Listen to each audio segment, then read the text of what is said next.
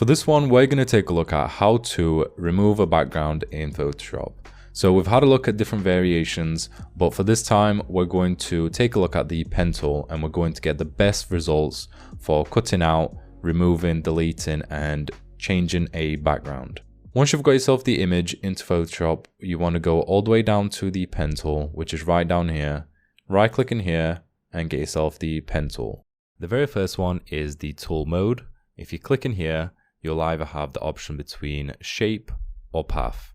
You want to make sure you've set this one to path. Go over to the right side, go over to the gear icon, and in here you'll have two options which will allow you to change the thickness of the path, or if you wanted to, you can change the color. So it's pretty much all down to preference. Left click once, you get yourself a point, and then if you left click again, you get yourself another point. So this will automatically create you a straight line. If you was to left click once, and then left click again, and then hold it in, this will give you a curved line. So as you can see, we're just holding in the left side of the mouse.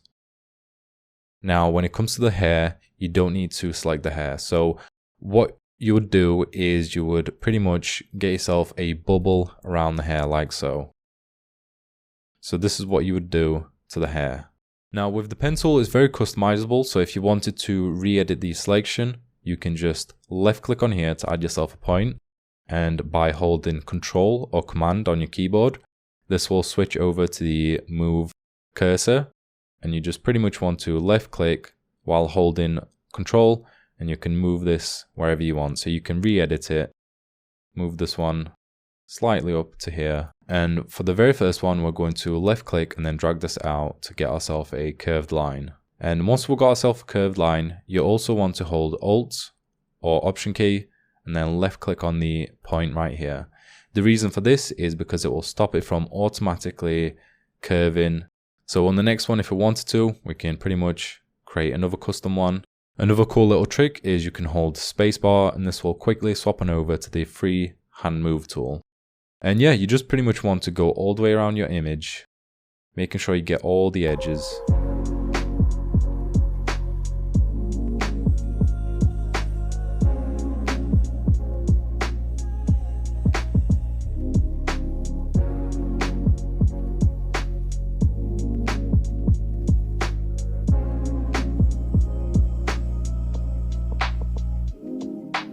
When you get to the very last one, all you have to do is left click on the very first one that you created, and this will connect all your points up together. We can go to selection right at the top.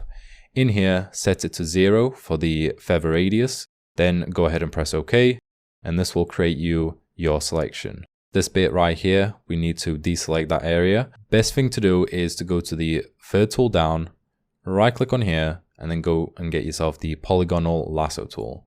You want to make sure that the mode is set to the second one right here, and this will allow you to add on to the selection. And then you pretty much want to hold Alt or Option key and then left click on here. So then you can let go of Alt or Option key and then just continue on removing this bit right here. Now, if you ever make a mistake, like for example here, you can press backspace and this will take you back a previous step.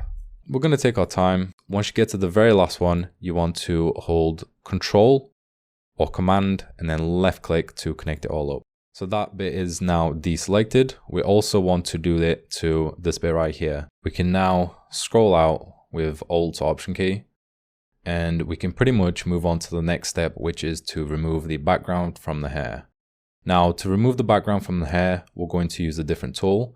So to use that tool, you want to go to the second tool down. In here, you'll see something called Select and Mask. You just want to go ahead and press it, and this will open up this window right here. Go ahead and go to the second tool down, which is the Refine Edge Brush tool.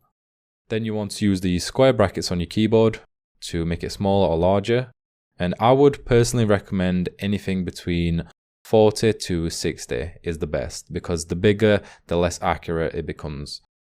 We're going to start on the bottom bit right here, and you just simply want to left click, and then you just want to go into the hair removing the background. You can go back out and then back in. You don't want to go too deep, but you want to make sure that you remove every little gap as well. So as you can see, we are pretty much removing the background.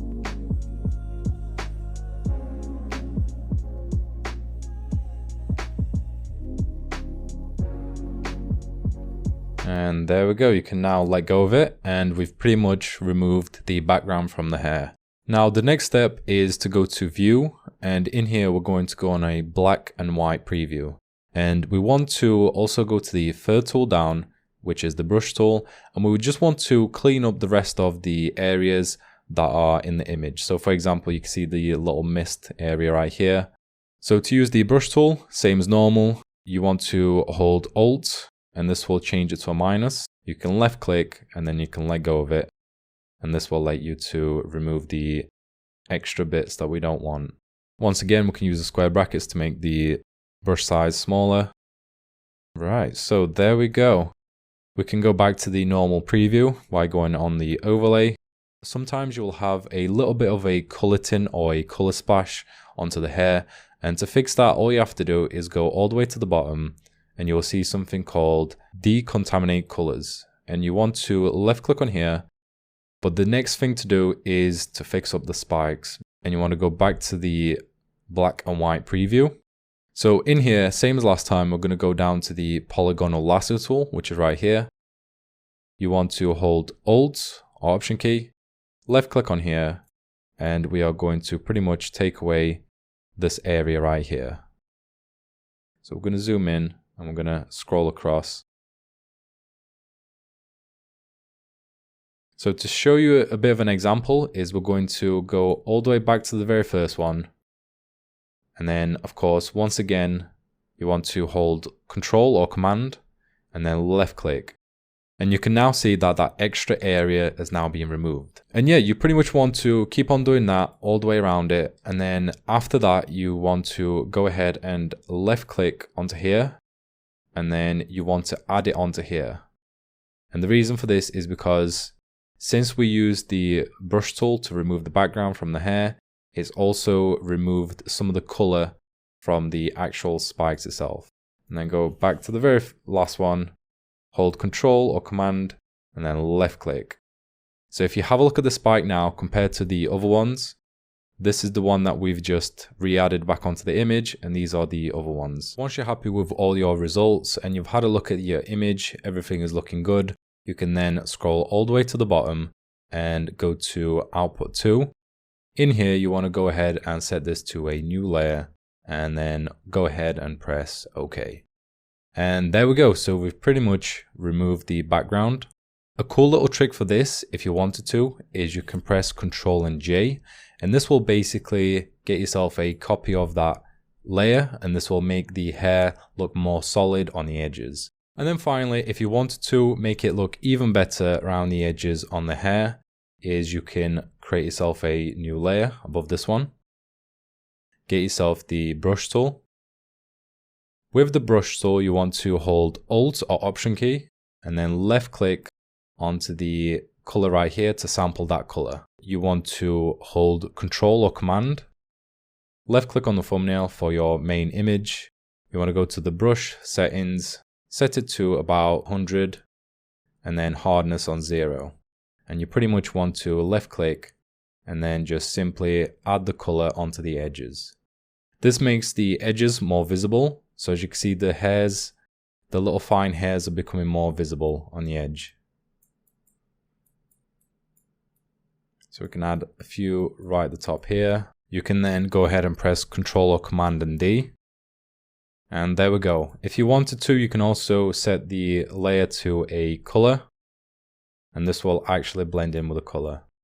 Now, the difference isn't huge, but it does help with the little fine details. As you can see, the edges pop out more and makes it look a lot better.